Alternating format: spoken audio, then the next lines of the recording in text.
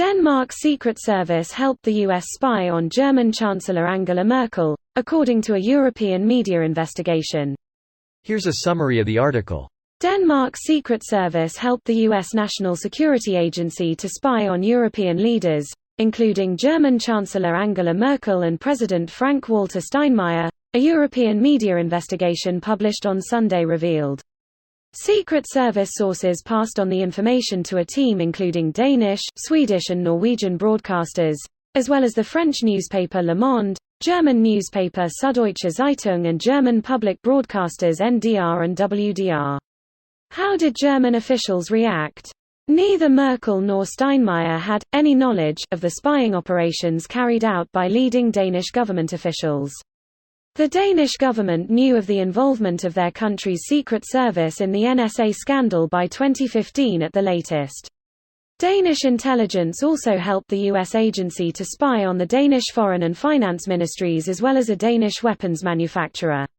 A Danish expert in Secret Service operations, Thomas Wegener Friis, believes that the FE was faced with a choice about which global partners to work more closely with. It's not about friendships. It's not about moral ethical aspirations. It's about pursuing interests, he told NDR. The NSA, FE and Danish Defence Ministry did not report to requests for comment on the research. A general statement from the Defence Ministry said that, a systematic bugging of close allies is unacceptable.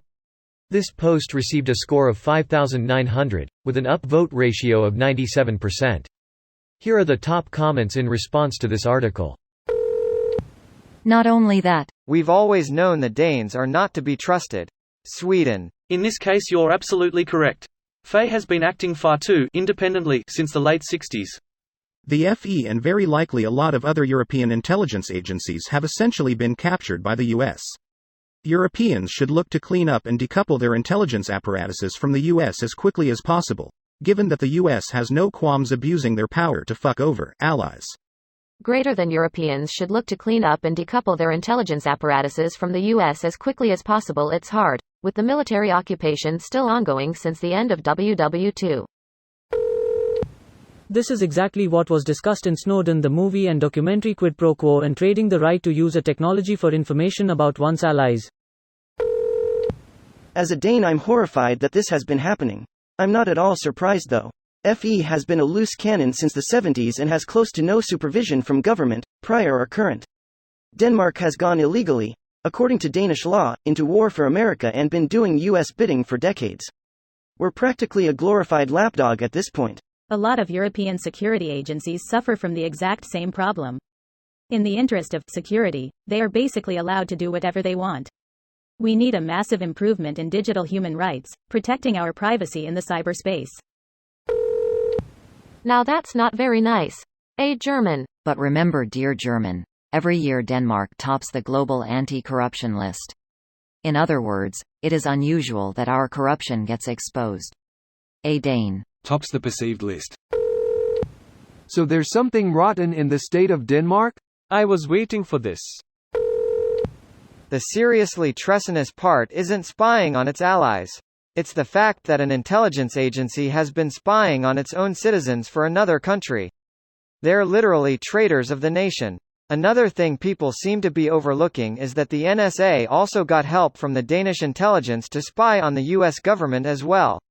There needs to be a Watergate-style investigation into this. It's all pretty well known at this point. We can't legally spy on our own people, so our security agencies use the phone a friend option and ask other members of the Nine Eyes community to do it for us, and exchange it for intelligence they want on their own people.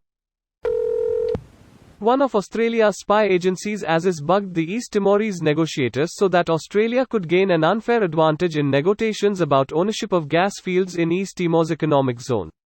The minister in charge of ASIS, Alexander Downer, later became a paid advisor to the oil company Woodside, who benefited most. We know about this illegal and incredibly unethical spying from a whistleblower known as Witness K. This witness has been prosecuted under national security laws and has been the subject of the most secret trial ever held in Australia. It's illegal to publish any information about him. This video was automatically created by Reddit to speech. The article and comments in this video were selected from Reddit according to their upvotes, and any paraphrasing was performed by smmry.com, without any human intervention.